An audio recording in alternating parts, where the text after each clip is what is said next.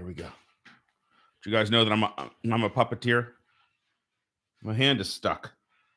Your pants are falling down. Oh, my hand is stuck. Maybe my hand's too big. How's it going tonight? It's Saturday. I love the weekend. It's Saturday, Saturday. Everyone, it's Saturday. Yes, it is. It is Saturday. Well, what do you think about the weekend? I love the weekend. It's my favorite time of the week. Me too. I love this puppet. This is a phenomenal puppet signed by Brian Henson himself. This was a gift. I just love it. Hey, this is my show. My show now. You go away. I don't know how to do ventriloquism without moving my lips, but neither do they. They aren't ventriloquists. The Henson Muppet puppeteers, they're hidden, so they don't have to do oh, my camera's here. Ventriloquism. They can talk just like this and go, hey, this is my show. You're listening to my show now. All right, there we go. So that's my little puppet, which I love and adore. It goes right here on this stand. Let me get him back on here.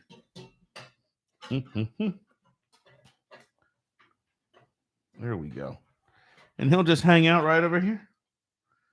So he hangs out. Okay, Saturday night stream. Let's do this.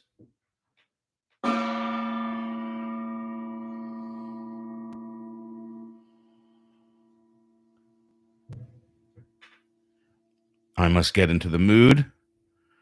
Lubricate with some caffeine-free pop.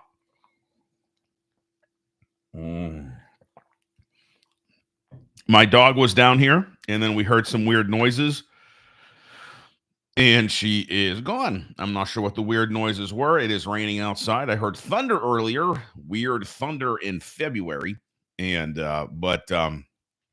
you know what? I just realized blue shirt, blue background. Maybe not the best. Kind of a floating head with arms. Let me see what these share stream. Share. How do you share stream? What does that mean? Let's cancel that. Let's try to share it on Facebook. Can I do that?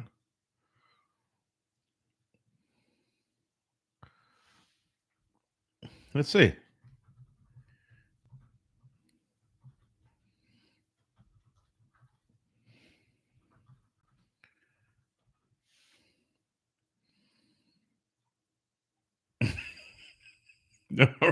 I love the thumbnail. It's me and the puppet.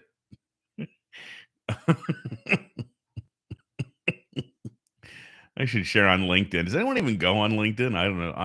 I don't do LinkedIn, but it's me and the puppet. Hey, so anyway, let's see. It is the weekend. My dog was here. Kona, come here. Come on, girl. I don't know if she'll come down to join us so you guys can meet Kona Dog. I don't know if she'll come down, but we'll get to see. So I ran to the mall today. It is in my last stream, which was last night. I did say Super Bowl weekend. It is Super Bowl weekend. I am definitely rooting for Philadelphia. I do not want the Chiefs to win. I'm a Pittsburgh Steeler fan, and I'd be probably rooting, well, I don't know. Pittsburghers, and we are trained to hate two cities, actually three cities, Baltimore, Cleveland, and Philadelphia. And let's go to ESPN and see what's going on here. But I don't want the Chiefs to win again. I want the Eagles to win. That's what I want. So, okay. Let's see what we got here. Kansas City Chiefs tomorrow night, Sunday at 6:30 p.m. against the Philadelphia Eagles. And where is the Super Bowl this year? I don't even know. I really don't pay that much attention. You can still get, can you still get tickets? Check this out. Caesars Superdome in New Orleans, Louisiana, Sunday, February 9th at 5:30 p.m. If you want seats, you can have terrace level 617 row 42, one ticket for $2,299. Look at that. But then again, they're going to be at a premium. If you want to go see the game, I need to hop in my car right now and drive all the way down to Louisiana to make the Super Bowl. That's insane. Some are $15,000. So these are all like $2,500, $2,600. Which ones are $14,000? Okay, end zone is $3,000.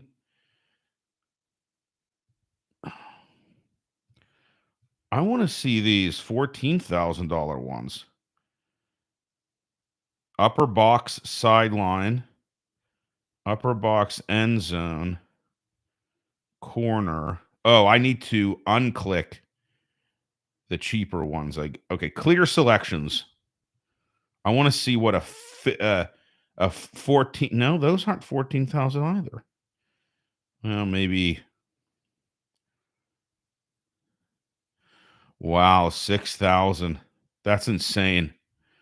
But then again, it's tomorrow. So, all right. So we are going to be rooting for the Eagles here at TMPS, the Michael Papinchak Show. That is my name. This is the show, and we are live here on YouTube. So I want to talk about a couple of things. Go to tmpspodcast.com, the M, Michael Papinchak, PS, show, podcast.com, tmpspodcast.com to see all of the show's content. New and old, a lot of great old podcasts that you could see on Spotify, iTunes, and YouTube. Hopefully I have the new studio here, new house. I got the casting couch there, all the microphones set up, everything going on. Hopefully we can get the show up and running like it used to be, getting shows out on Spotify and iTunes and the like. But right now I'm just kind of getting things going here, doing some live stuff, some video stuff, and lubricating with a caffeine-free Diet Pepsi. Where's my puppy? Puppy, Kona. Yeah, I don't know. She's not around. All right, so let's get into it. So what's going on in the world that interests me? You can see over here, I got my Trump hats there. So this show is supportive of President Trump and what he's doing. I had never heard of USAID or USAID or whatever, however they say it. I have never even heard of this organization until its corruption was exposed by Elon Musk and Doge, the Department of Government Efficiency. And I made a TikTok, and my TikTok is just my name, I believe, at Michael Papinchak, which if you're watching this, yeah, that's what it is. Just my name, nothing crazy. And I realized that after seeing all these Democratic politicians lose their heads over the closure of USAID because, it's paying for their weddings, their mansions. And I'm going to look up here in a second all the crazy stuff that the organization was doing. But, all of this hatred towards Trump and this Trump derangement syndrome, this is what it's really about. The LGBTQ community stuff, the transgender and women's sports, all of this stuff was all really a red herring. And really, what Trump derangement syndrome is about is they knew if he ever got back in office, and he might have done this first term if it wasn't for COVID. Obviously, COVID sidelined the world. And any leader during that time, their agenda was out the door because they had to take care now of COVID and everything. But all of this stuff that they're screaming about, it's all on surface. And now their total implosion, their total craziness, Elizabeth Warren, Chuck Schumer, all of it, they realized this is now going to expose the extreme corruption and the total disrespect and mishandling of the American tax dollar. That's what they were afraid of. There's people saying that Musk is an illegal alien. He's not even American. We didn't elect Elon Musk. Well, guess what, everybody? You elected Donald Trump, who was being supported by Elon Musk, who you knew was going to be involved some way in the government. Okay, you don't elect the Secretary of State. You don't elect the Chief of Staff. You don't elect the Secretary of the Treasury. You don't elect the Secretary of the Interior. You don't elect the Secretary of HUD, or you don't elect any of these positions. You don't elect the majority of federal judges. You don't elect Supreme Court judges. There's hundreds, if not thousands, of positions that Americans do not directly elect. But by electing certain politicians, like the president, you also support their future appointments. Okay? And those appointments obviously have to be vetted and voted for by the Senate. And they usually go through or don't or whatever. All right. Obviously, Supreme Court justices, that's the big ones. This administration, I think, has been quite unique in how the nominees, because I think this is a very unique cabinet. This is about draining the swamp. Trump isn't using the kind of regular guard that other presidents would use. He's doing a lot of different things. Obviously, Elon Musk. See, the Democrats, they just got their panties in a bind because, he's not on their side. If Musk was on their side, getting corruption, then they'd be all for it. But, it's Democrats who are the ones who are. What did Elizabeth Warren say? That the American people don't have a constitutional right to know what's happening with their tax dollars? Fuck you, Elizabeth Warren. You're a crazy Pocahontas. Go back to the reservation. All right. You're nuts. You're a nut job. Watch your own speeches. You're crazy. If you support Elizabeth Warren, you are what's wrong with America. Okay. They're totally corrupt. They're misusing American taxpayer dollars. Let's look up some of the craziness. Come on. Let's do it together. Let's look up some of the craziness. We're going to look up craziness. Yes, we are. Puppet. He doesn't have a name yet. Name him. I'm sure he has a name from the Muppets, but I don't know his name. This was a gift. What's his name? Name him for the show. What his real name is in the show, I don't really care. Name him for the show. I mean, I do care. I mean, but All right.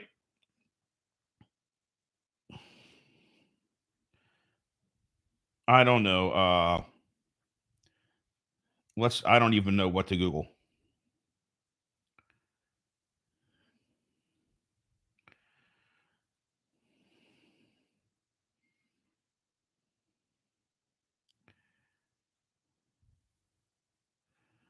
Well, let's just go to the White House. Okay, here are only a few examples. This is from the White House website. Here are only a few examples, okay, of the waste and abuse. 1.5 million to advance diversity, equity, and inclusion in Serbia's workplaces and business communities. So even DEI is headed over to Serbia.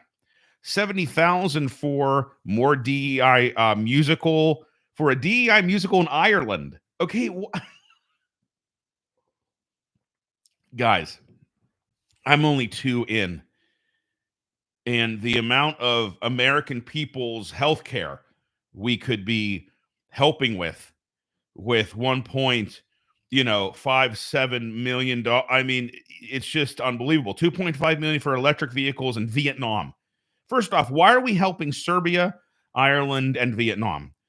I am so tired of supporting other countries with American taxpayer dollars.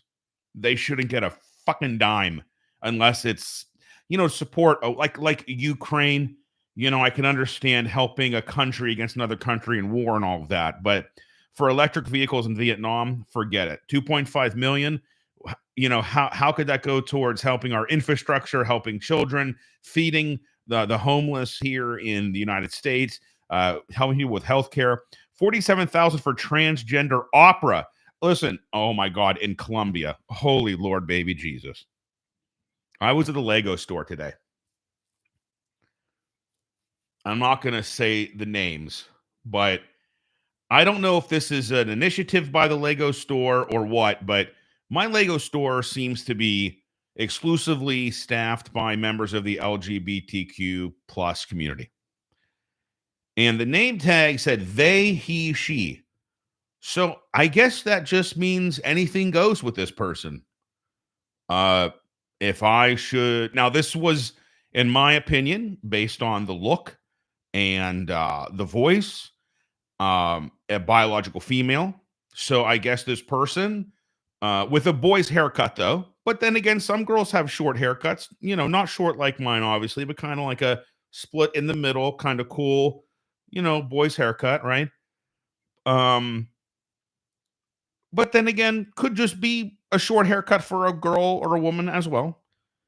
And it's like, I guess this person, like they, he, she, like if I would have mentioned she, I guess she would have been okay. If I would have said he would have been okay. And said, hey, you look good. They would have been okay. I mean, I guess anything goes, And then there was someone who I thought was a clear biological female, had a lower voice than me. So it's interesting, but okay, transgender opera. I'm an opera singer myself.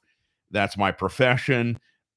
In Colombia, why are we sending $47,000, which at the end of the day is not that much money? I mean, really, but I don't even. Well, I guess I don't really know any transgender opera singers because opera is kind of a very black and white thing when you think about it. Male, female characters, you have like what an archetype, or you know what I mean, like stereotypical characters. The prince falls in love with the princess, and it's a man and a woman, and and then the one guy's a bass, and like the maid, a female maid, is the mezzo soprano. I mean, it's all pretty. I mean, but then again, what happens is you get these kind of things where gender bending, and okay, well, traditionally this character is male, but what if it's female, or a man in drag, or a transgender? I mean, listen, you can go a million different ways, but Colombia does not need our money for transgender opera. Again, 32 grand for transgender comic books in Peru. Again, just ridiculous. 2 million for sex changes in LGBT activism in Guatemala. 6 million to fund tourism in Egypt. This one I've heard. I don't understand. $6 million. And if you think about it, when our GDP is in the trillions, I think, it's just $6 million. But this is, I wish I would have done, I could have added all of this up. I wish I would have done some homework. Maybe it does at the end. We're going to see. Hundreds of thousands of dollars for a nonprofit linked to designated terrorist organizations, even after an inspector general launched an investigation. Wait, $100,000 for a nonprofit linked to designated terrorist organizations. And it doesn't even, well, I guess terrorist organizations don't necessarily confine themselves to one country. So maybe that's why it doesn't list a country like the other ones do. Millions to EcoHealth Alliance, which was involved in research at the Wuhan lab.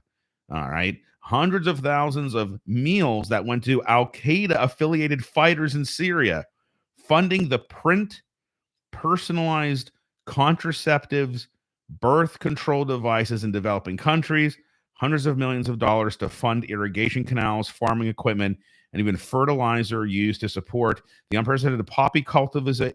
unprecedented poppy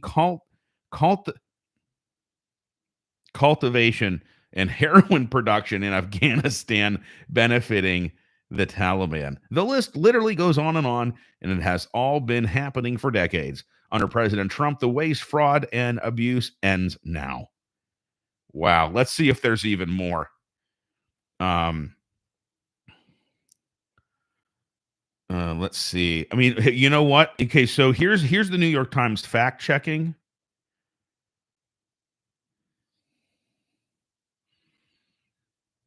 So obviously, the New York Times, being a liberal rag, fact checking claims about USAID funding. Trump administration officials have misled about how the aid agency is spending its funding in an effort to cite widespread waste. Well, of course they're going to say that. For all we know, they're getting paid via. Well, I guess USAID is international, but still, you just don't know. You just really don't know. Right, it's international, right?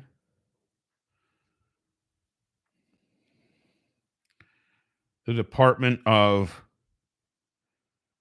International Development. The U.S. Agency for International Development. We shouldn't even have one of those.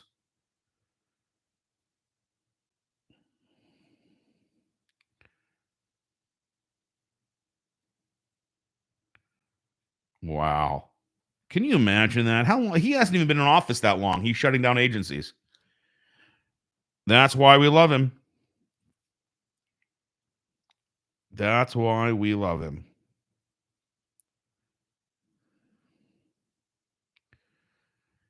I saw today that they took down the sign. They covered it up. I see here judge pauses elements of Trump shutting down USAID, but that doesn't mean anything. Well, yeah, but I saw them take the sign down today and cover everything up. But see, this is the issue. You really don't know what's going on. Like, honestly, you really have no idea. But I think we need to end, for sure, we need to end government spending that has to do with other countries.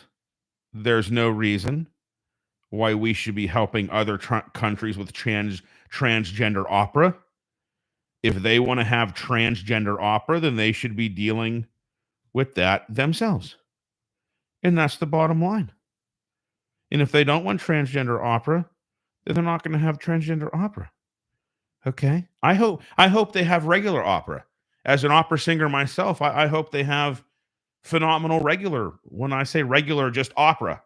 Whether you cast transgender people or not, just opera. Why does it have to be transgender opera? I mean, I actually, how would that even work? Because, see, that's my issue is, I guess their voices, do their voices go through, like if you're a man and you become a woman through hormone therapy, I guess your voice would change. But first off, you'd have to find transgender people, which is a very small percentage of the population, which the liberals are obsessed with, obviously. Then you have to find in that small population those who have the ability to sing opera, which in the whole of the world's population is very small. I had the pleasure this evening of visiting a friend at a local department store. I needed to get something at that department store. Old friend of mine, and there's this beautiful blonde who I think I'm in love with. And because I, as an opera singer, fall in love very quickly. And he said, sing for her. And I was like, oh, I'm in a department store. So I sing a little bit. Then we started talking about opera. I sing a little more. And, and then she's from the area. She knows like the area that I live in, and kind of we, talked about that and everything. But, I kind of left with my, head held high. Like, yeah, like, and even she said, like, not a lot of people can do this. Like, it's true. Singing opera is a very unique talent. So to try to fund transgender opera is ridiculous unless you're just trying to force transgender people to try to sing this stuff. You should just be supporting opera. And if transgender people want to participate and if they have the talent to sing opera, but I don't understand if you're born a man and you train as an opera singer, let's say you're a baritone, and then you transition to be a woman, I mean, what kind of operatic voice are you going to have? The hormonal treatments, if you're doing them, are going to affect the voice greatly, totally change it. Will it still be operatic? What kind of voice type? I mean, just to hear the phrase transgender opera from just a logistical a point of view, and from actually see that says to me that people at USAID don't even know what opera is, and don't know how biology works, don't know how opera singing works, don't know how operas work. It's just I could understand like maybe in a transgender orchestra, because you just pick up the instrument and go, like, but singing is a completely different thing. It's a completely different thing. I don't even know if we're using like the right microphones. This might sound terrible, and I don't think there's any way for me to know. Check 1 2 check. Oh wait, I'm not going to click. That'll be terrible for you if I click. Let's see here. I'm still learning, guys. I'm still learning how to use all this. I'm not convinced it's using this microphone, but whatever. All right, everyone. I'm doing this live stream because I'm 32 days sober and I really want to drink. And it is now 9:40. I only have 20 minutes until my liquor store closes. So if I sit here for another 20 minutes, I can't go and get booze. And so because I really want to. 32 days without a drink. It's not been easy. I'm what you call a COVID alcoholic. I hate the word alcoholic, though. It's not even a used word anymore. I don't consider myself one, but that's the word everybody uses. So it's a nice tight phrase, COVID alcoholic. AUD, alcohol use disorder, is what they say these days, because like everything, it's on a spectrum.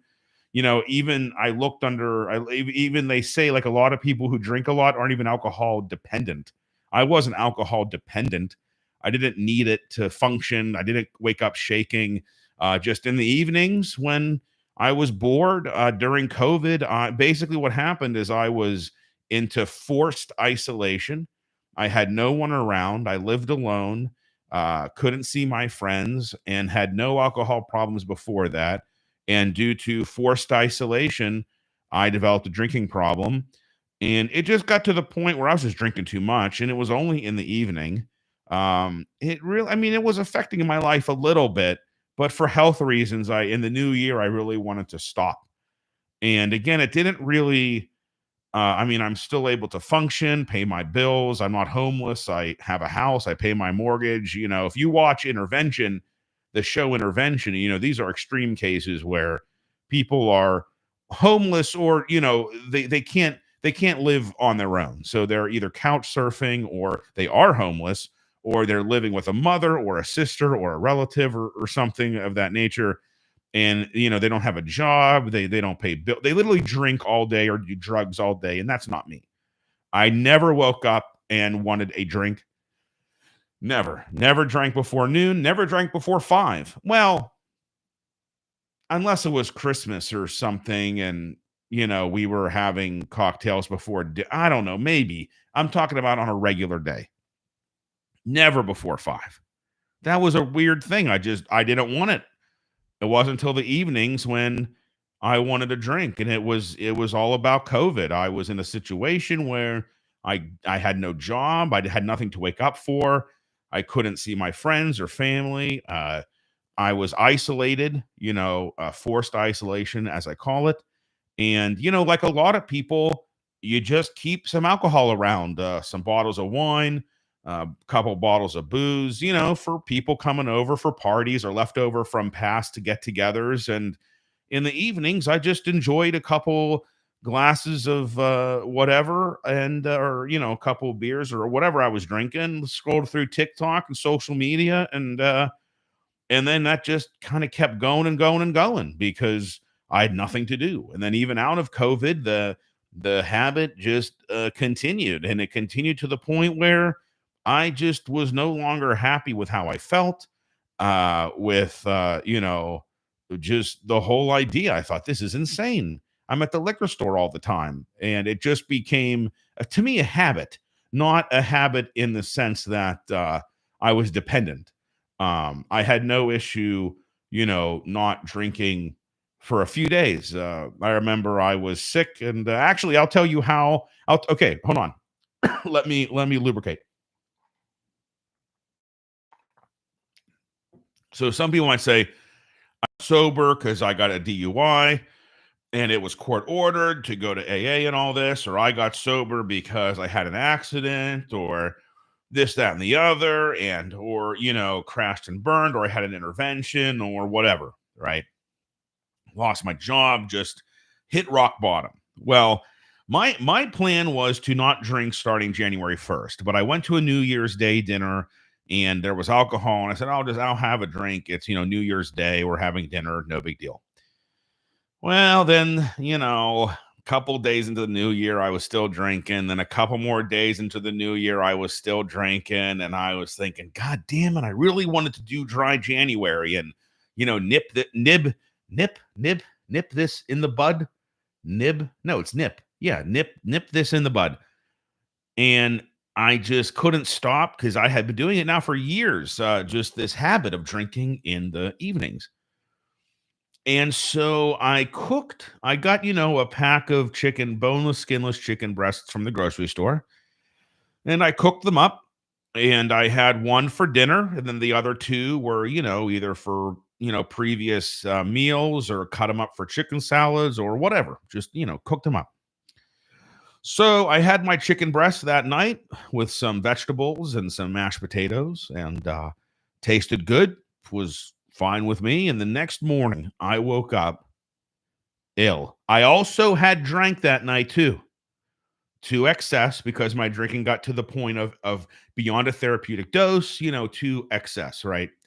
What would be excessive drinking or binge drinking, right? I woke up the next day and I felt like death. It was a Wednesday. I'll never forget it. I felt like I was going to die. I thought, I can't describe the feeling. It just felt like at any moment I would just no longer be alive. Ooh, what the hell is that? 90-day summary. Man, this is a new computer. I apologize in the middle of my sobriety story. But it just, I'm getting used to this new computer. It's popping up all kind of stuff. But anyway, I felt like utter death. I thought at any moment I would die. I don't know. I can't describe that. I was nauseous. I was like dry heaving, and I just felt horrible. And I went through my day. I had no booze in the house. I had finished it the night before. And as my habit dictates, I shall now go to the liquor store to get more so I can drink that evening, as I had done many evenings before. But I felt so horrible and so ill that I decided just to take a night off to feel better. And so I didn't go. So I actually was afraid to go to sleep. That's how sick I felt. I actually thought I wasn't going to wake up. And this is, looking back, it's kind of nuts because yes, I felt horrible, but in retrospect, really, I probably had food poisoning because, just moving ahead a little bit, long story short, the chicken was not fully cooked. The next day, I opened one of the other chicken breasts and it was pink inside. So I just didn't notice. I don't know why. And I wasn't drinking when I was eating. I just drink after. So you think, oh, you were probably just drunk and didn't recognize that you were eating, undercooked chicken. No, no, no. I don't drink when I eat. I know that sounds like a weird thing, but like, let's say we're out to dinner, I'll have a couple cocktails, and then when the dinner comes, I order a Diet Pepsi or a Diet Coke. I don't like to drink beer and pizza. Not for me. I'll have beer, but when the pizza comes, I want a Diet Coke or a Diet Pepsi or whatever. I don't like to drink for whatever reason. I don't find alcohol and food as something that I put together. I consume them separately. Now, if you're at a party and you're drinking a drink and there's snacks and things, that's different. But I'm talking about when I sit down for a meal and I need a drink during a meal, it's not alcohol. Okay. So this Wednesday, post binge drinking in the evening and this undercooked piece of chicken, the next day on that Wednesday, felt like death. Was afraid to go to sleep Wednesday night, thinking I wasn't going to wake up. So this wasn't one of those rock bottoms where I had an intervention. It wasn't one of those rock bottoms where I got into an accident or a DUI and I was in jail and a judge court ordered my sobriety or any of that. My rock bottom was an undercooked piece of chicken that gave me food poisoning, plus the binge drinking after I ate it probably didn't help either. It culminated into this feeling on a Wednesday in February of 2025 where I felt so horrible that drinking just was no longer something that I could do. I needed to stop until I felt better. But then what did I do? I grabbed onto that opportunity because this wasn't the first time in my COVID alcohol abuse disorder, COVID-induced alcohol abuse disorder, that I had a few days off or a time when I didn't drink because actually one time I got COVID for the third time. So I stopped drinking for like 3 weeks because I had COVID and I just, felt horrible. Not as bad as the first time I had COVID. I thought I was going to die the first time, but third time wasn't as bad as the first and wasn't as bad as the second. But I grabbed onto this undercooked piece of chicken and thought, this is my chance. This is my chance to nip this in the bud and stop drinking for 30 days. Today's day 32, by the way. So I didn't drink that Wednesday. That's day 1. Thursday, I did wake up, obviously, because I'm here. Still felt like utter shit. So I didn't drink on Thursday. That's day 2. Then Friday came up. It's the weekend. Let's have a drink Friday night. Still felt not great. Didn't drink day 3. I had, strung together about a week, probably a week. Well, let's say 5 days, a business week of not drinking because I just didn't feel well. And I thought, okay, we need to get some booze, some days sober to not feel well, to get this, food poisoning out of me. I even went on like a bland diet, got like crackers and mashed potatoes and toast, tried to like cut out, heavy spices and things and just try to, reset. It's like, Mike, 5 days. Let's go 6 days. Okay, let's go a full calendar week, 7 days. All right, well, I already have 7. I'm feeling better because the food poisoning is past. Any, I don't know, detoxing from the alcohol or whatever. That to me I wasn't even thinking about that. I was thinking more about the food poisoning. Or whatever it was, whether it's full on food poisoning or just, a little something from eating a little bit of undercooked chicken. Salmonella, right? Then 8 days. Thought, let's make it 10, a nice good 10, great round number, 9 days, 10 days. Now we're on day 32, but let me tell you why I'm here tonight. It is now 9:52. The liquor store closes in 8 minutes. Because tonight, for some reason, for whatever reason, the desire to go to the state store. That's what we call liquor stores here in Pennsylvania, state stores. The desire to go to the liquor store was so intense that I had to change. Okay, so I always drank in the same spot of my house. It is where I hang out. If I'm having lunch, dinner, well, actually breakfast, lunch, and dinner, it's in this spot. If I'm just fricking around on my stupid phone games that I like to play, I'm in this spot. When I drank all this time in the evening heavily, it was in this spot. And it is not where I am now. So, what you got to do when you're having that feeling, when you're like, I need to use, whether it's alcohol or anything else, you got to change your situation. For me, it was changing my spot. So, I changed from my spot where I would drink to this spot where I podcast from.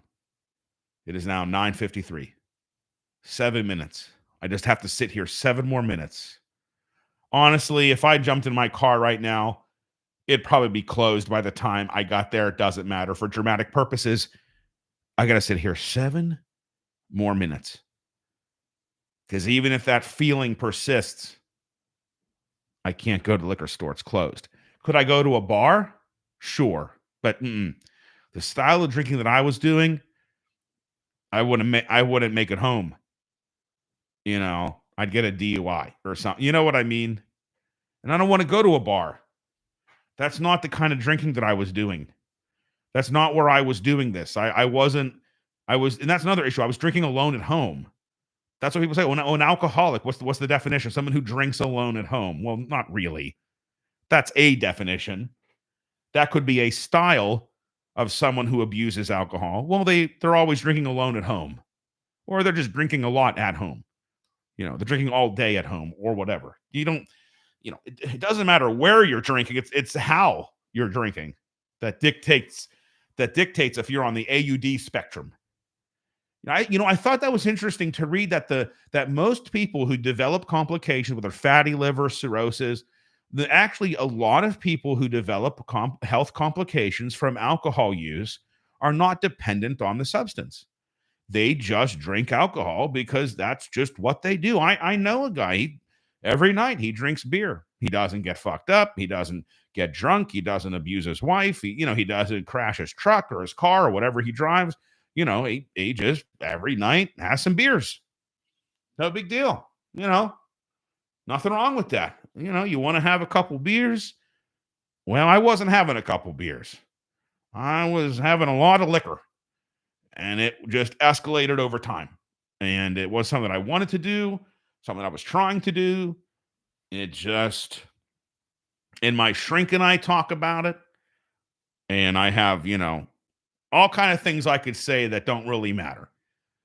It's now 9:56, 4 minutes until my liquor store closes. 4 more minutes. Until I know that no matter what, I can't get the booze that I desire at this moment. And I haven't had this strong feeling since I started. Not sure what day 32 means, or if it's some kind of biological thing or psychological thing or what. But, getting to 30 wasn't as hard as I thought. You just have to replace that activity. You don't really ever get rid of a habit or addiction. You have to replace it with something else. And, I didn't really replace it with anything specific. I just spent my evenings doing something else. I've been reading my last stream. I was talking about the book Dracula. Everyone is excited and talking about the new Nosferatu movie, which historically is loosely based on Bram Stoker's Dracula novel. And I know that the Nosferatu story is a complete deviation from the book. The names and places were changed for the most part, so they didn't have to pay Bram Stoker's widow royalties, I believe. But then there was a lawsuit, and Nosferatu needed to be destroyed because it was obviously a knockoff of Bram Stoker's Dracula. But then obviously some copies of Nosferatu from 1922 survived. That's why you can watch it on YouTube. I watched the 1922 version on YouTube. Watching a silent film in 2025 is very interesting, very different, kind of comical at points, especially when Count Orlok is carrying his own coffin around London or wherever. No, actually, no. This is Germany. In the Nosferatu story, they're in Weisberg. I think they're in Germany. Where in the Dracula story, they go to Dracula goes to England. It takes place. I'm in England. I mean, which is not in the book at all, obviously. But him carrying around that coffin to find his new home in Germany in the Nosferatu story is just hysterical. And I assume, I haven't seen the Nosferatu movie, the new one, that he doesn't do that in the new movie. I mean, there's no way he does that. But it's not that kind of film. All right, 9:58, 2 minutes. 2 minutes till I can relax, knowing that no matter what I do, I can't get the booze that I require to achieve the feeling. See, that's the feeling. I just want to relax. I really do. I just want to chill, just zone out, forget the day, forget life. But I did it for too long. It's over now. It's just done now. 9:59. Here we go. One more minute. I can't live like that anymore. It's over. You know, they think, oh, just go back to social drink. Just have a couple drinks here or there. Well, maybe I will. I don't know. We'll see. But I had a day like this today, so I need to extend my dry January. I did the 30 days. I'm on day 32.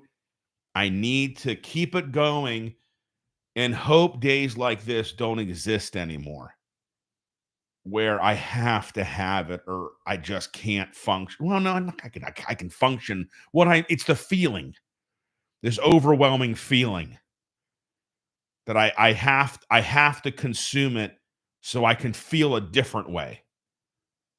You know, that's what it's about. It's about altering how I feel right now. 10 o'clock, boom, liquor store closed, free as a bird. All right. You know what helps with sobriety? Caffeine-free Diet Pepsi. I just imagine the booze is in there because that's what I would do. I would mix it with Diet Coke or Coke Zero or Diet Pepsi or whatever. I'm not a this is I like regular Coke over regular Pepsi. I prefer Diet Pepsi over Diet Coke. I prefer Coke Zero over Pepsi Zero, if that exists. I don't even know. I prefer caffeine-free Diet Pepsi over caffeine-free Diet Coke. They do make a caffeine-free Coke Zero, but I haven't found it in bottles. I prefer bottles in case I only want a little, and then I can close it up and put away. 10:01 p.m. The liquor store is closed. Another night, another day of sobriety. Day 32 of no booze at all. Not even a social drink. Not a drink at a dinner party. Not a sip of wine. Not a beer. I was offered a beer the other night. I declined it. Said, no, thank you. And he goes, well, I offered. I go, I know you did. But that's what my new life is now. And I never wanted this. I hate it. I actually really hate it. I really fucking hate it. I hate that this is even an issue to talk about. I want to be able to enjoy a drink whenever I want and have it not be a problem. And you know what? If I want to go back to social drinking, which if you go to AA, they will tell you it's not possible. I don't go to AA. I have no plans on AA. If you use AA and it works for you, great. It's not for me. I know I'm talking about this in front of whoever listens to this worldwide. It's available. And you know my name. I'm not anonymous. But I'm not interested in sitting in a circle in a church basement talking about this. I'm actually more comfortable doing it here like this. I don't need AA. I've gone through the 12 steps. I've read about it. And I'm just not, I have my higher power and I have my faith and everything. And I don't just have to give myself up to it. What I did was I unfortunately undercooked a piece of chicken, got very ill, and grabbed onto that maybe God-given thing, my inability to cook chicken properly. Though tonight I cooked a beautiful chicken breast. It was so good. This is probably one of the greatest chicken breast I ever made. It was so delicious. So good. I cooked it more than before just to make sure it was cooked through, but it was still very juicy, still very juicy. It was. Even though I cooked it longer than I usually cook a chicken breast because I'm now, terrified, from the last time. It was still delicious and juicy. But I grabbed onto that illness, God given or not, whatever. And I just decided to ride it because this is what I've been waiting for. Because when you are in the throes of addiction or whatever, you make up every excuse and you justify it every way up and down. Listen, all day long, because I'd wake up so hungover, feeling like shit, just like, oh, why am I doing this to myself? But then when the evening came, where's the booze? It's like I forgot the morning. That was like a different person. Evening Michael's different from morning Michael. And it's because you use everything in your power to justify, well, it doesn't matter. It's no big deal. It's just a few drinks. Whatever. I had a busy day. I deserve to relax. I deserve to be happy. I deserve to do whatever I want to do. You justify it up and down, left and right, from here to Sunday. And then one day, something happens. For me, it was undercooked chicken. For you, it might have been a DUI, a car accident, fell down the stairs, whatever. Intervention, court ordered, forced AA. And if you do AA, fantastic. If that works for you, it works for you. It's not for me. I'd rather sit here and talk to you guys directly about it. And I was never going to do this, but tonight, this feeling was atrocious. It was overwhelming. It was overwhelming. And I just went from, instead of going from my spot, which I call it my spot, where I drink and eat and do everything, play on my phone, check my email. Instead of going from my spot to my car to the liquor store, I went from my spot to the fridge to get a caffeine-free Diet Pepsi to my new spot right here in my studio as I blend into the wall. What do you think? That's great, Mike. I'm so happy that you're better. Okay. Thanks, guys. All right, 10:05 p.m. Tomorrow's a Super Bowl. Let's go Eagles. I really hope they win. Let's gong it out.